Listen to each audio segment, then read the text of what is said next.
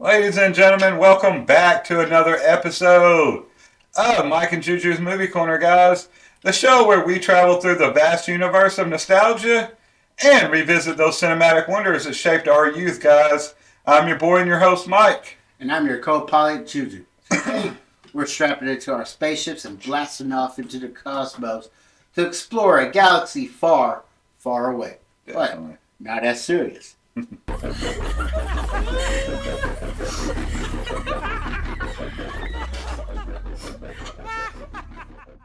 Get ready for a rip-roaring, laugh-a-minute adventure as we break down the 1987 interstellar comedy classic, Spaceballs. Hey, that's right, Juju. This one's directed by the one and only Mel Brooks, y'all. And Spaceballs is a hilarious parody of the Star Wars franchise that had us rolling in the aisles when we were kids. And it's not just for the younglings. This film is packed with jokes that appeal to fans of all ages, so grab your favorite space snacks and get comfortable as we dive into the wacky world of Spaceballs. Alright guys, let's kick things off with the opening.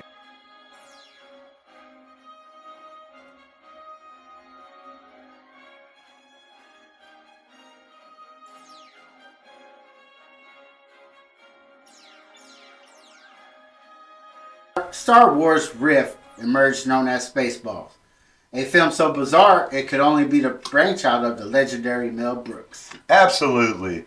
Which immediately sets the tone for this wild ride, y'all. So we're introduced to the villainous President Scrooge right away, played by Mel Brooks himself, who is desperate to steal the air of the peaceful planet Juridia to save his own planet, Spaceball. And let's talk about the cast. We have the legendary John Candy as a lovable half-man, half-dog creature, Barf. That's right. Mog, half man, half dog. I'm my own best friend. And not to mention the dashing hero, Lone Star, played by Bill Pullman. Oh, and who can forget the bumbling yet surprisingly competent Dark Helmet, played by Rick Moranis. Lovenberg. Alright, Dark Helmet is definitely one of the standouts for me, guys. His over-the-top performance and the way he says, I'll have the Schwartz. Comedy gold, y'all. It's like he's trying to out-Vader Darth Vader, and he does it with such gusto. Speaking of which, the whole film is full of clever nods to Star Wars and other sci-fi classics. And the ship's name, Winnebago. Pure genius. Hey, it's all about turning those epic space opera moments on their head, guys.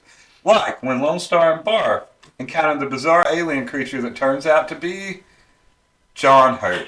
Classic. Or when the movie breaks the fourth wall with the commercial for Spaceballs, the t-shirt, the lunchbox, the breakfast cereal, it's so made up. It's brilliant. Hey, and let's not forget the Schwartz. It's everywhere in this film. It's the power behind the plot. The gag that keeps on giving.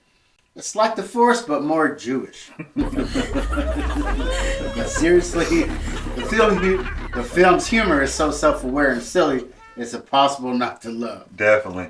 The way it pokes fun at the Star Wars franchise, spot on, y'all. Like the scene where they're being chased by the Spaceballs. Perfect. Or the parodies of the lightsaber battles.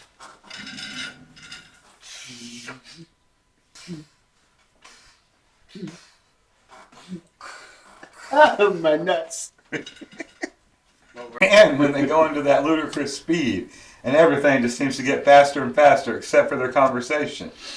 It's kind of like they're in a hurry, but not really. Not really. And let's talk about the soundtrack. It's got that classic John Williams vibe, but with a cheeky twist that keeps you smiling. The score is brilliant. I agree. It really captures the essence of Star Wars, but with a wink and a nod to how ridiculous it all is. Now, we can't go through Spaceballs without mentioning the wise and powerful Yogurt, played by one and only Mel Brooks. May the Schwartz be with you. Hey, definitely. Yogurt's take on Yoda is priceless, y'all. And he's got the best merchandise in the galaxy. Obviously. The merchandise is strong with this one. But seriously, the film's humor is so smart, it's like it knows exactly what the audience is expecting from a Star Wars parody and then does something completely different. Yes, it's like a love letter to the franchise wrapped in a giant gooey ball of slapstick comedy. And the supporting cast, we got Daphne Zuniga as the gorgeous and feisty Princess Vespa and her robotic guard, who's basically a foul-mouthed, more sassy version of C-3PO. And let's not forget Pizza the Hut. I mean, come on. That's just... Yeah, that was.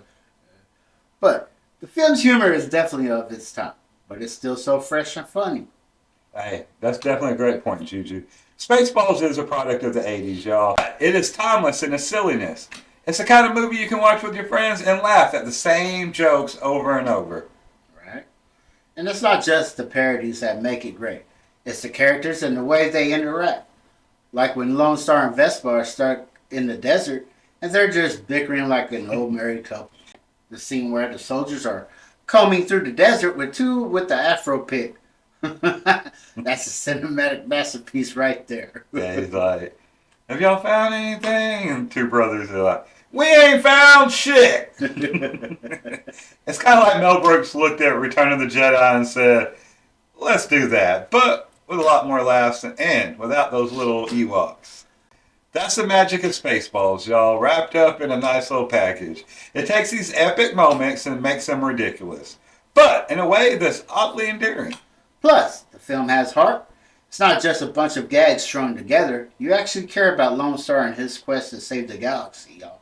Hey, and that romance between Lone Star and Vespa, really sweet amidst all the slapstick. It's a classic tale of good versus evil, love conquering all, and not getting your foot smashed by a giant yoga.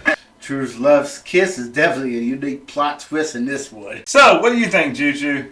Is Spaceballs a forgotten gem of the 80s, or does it still hold up today? Oh, it absolutely holds up. It's a classic that's just as funny and entertaining now as it was when we were kids.